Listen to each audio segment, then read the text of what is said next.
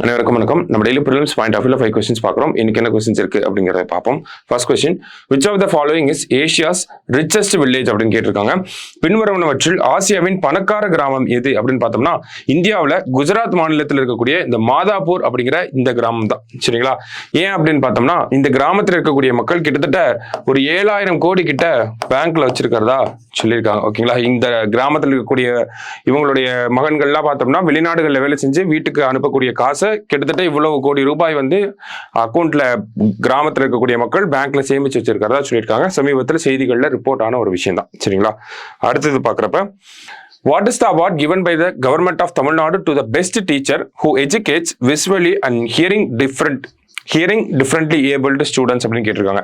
பார்வை மற்றும் செவித்திறன் அற்ற மாற்றுத்திறனாளி மாணவர்களுக்கு கல்வி அளிக்கும் சிறந்த ஆசிரியருக்கு தமிழக அரசாங்கத்தால் வழங்கப்படும் விருது என்ன அப்படின்னு பார்த்தோம்னா ஹெலன் கெல்லர் விருது. சரிங்களா? சோ இந்த மாதிரி ஒரு விருதை தமிழக அரசாங்கம் கொடுக்குறாங்க பார்வையற்ற மற்றும் செவித்திறன் அற்ற மாற்றுத்திறனாளிகளுக்கு கல்வி வழங்கக்கூடிய ஆசிரியர்களுக்காக. சரிங்களா? ஏன்னா அவங்களுக்குமே பார்வை மற்றும் செவித்திறன் அப்படிங்கிறது இருக்காது. ஸோ அது அவங்களுடைய நினைவாக கொடுக்குறோம். சரியா? அடுத்தது, the name of the Russia-Ukraine war that is happening since 2022 அப்படின்னு கேட்டிருக்காங்க. 2022 முதல் நடக்கும் ரஷ்யா யுக்ரைன் போரின் பெயர் என்ன அப்படின்னு சொல்லி கேட்டிருக்காங்க. என்ன போர் அப்படின்னு பார்த்தோம்னா என்ன பெயர் அப்படின்னு பார்த்தோம்னா டான்பஸ் வார் அப்படின்னு சொல்லி சொல்றோம். ஓகேவா? அடுத்தது, which state government has announced that police women can serve in their districts of their choice for 3 years after maternity அப்படின்னு கேட்டிருக்காங்க. மகப்பேறுக்கு பிறகு 3 ஆண்டுகள் பெண் காவலர்கள் தாங்கள் விரும்பும் மாவட்டங்களில் பணியாற்றலாம் என்று எந்த மாநில அரசு அறிவித்துள்ளது? அதாவது மகப்பேறு முடிஞ்சதுக்கு அப்புறமா ஒரு 3 ஆண்டுகளுக்கு அவங்க கேட்கக்கூடிய இடத்துக்கு டிரான்ஸ்ஃபர் கொடுப்பாங்க. ஓகேங்களா? ஸோ இந்த மாதிரி யாருக்கு அப்படின்னு பார்த்தோம்னா பெண் காவலர்களுக்கு இந்த மாதிரி ஒரு திட்டத்தை யார் அனௌன்ஸ் பண்ணிருக்காங்க அப்படின்னா நம்ம முதலமைச்சர் தான் அனௌன்ஸ் பண்ணியிருக்காரு. ஸோ தமிழக அரசாங்கம் தான் இந்த மாதிரி ஒரு விஷயத்த பண்ண போறாங்க. சரியா? லாஸ்டா சோ ஒரு மேப் கொடுத்திருக்காங்க. எந்த நாட்டினுடைய மேப் அப்படின்னு பார்த்தோம்னா நமக்கு யுக்ரைன் நாட்டுடைய மேப். சோ என்ன கேட்டிருக்காங்க அப்படிங்கறத பார்ப்போம்.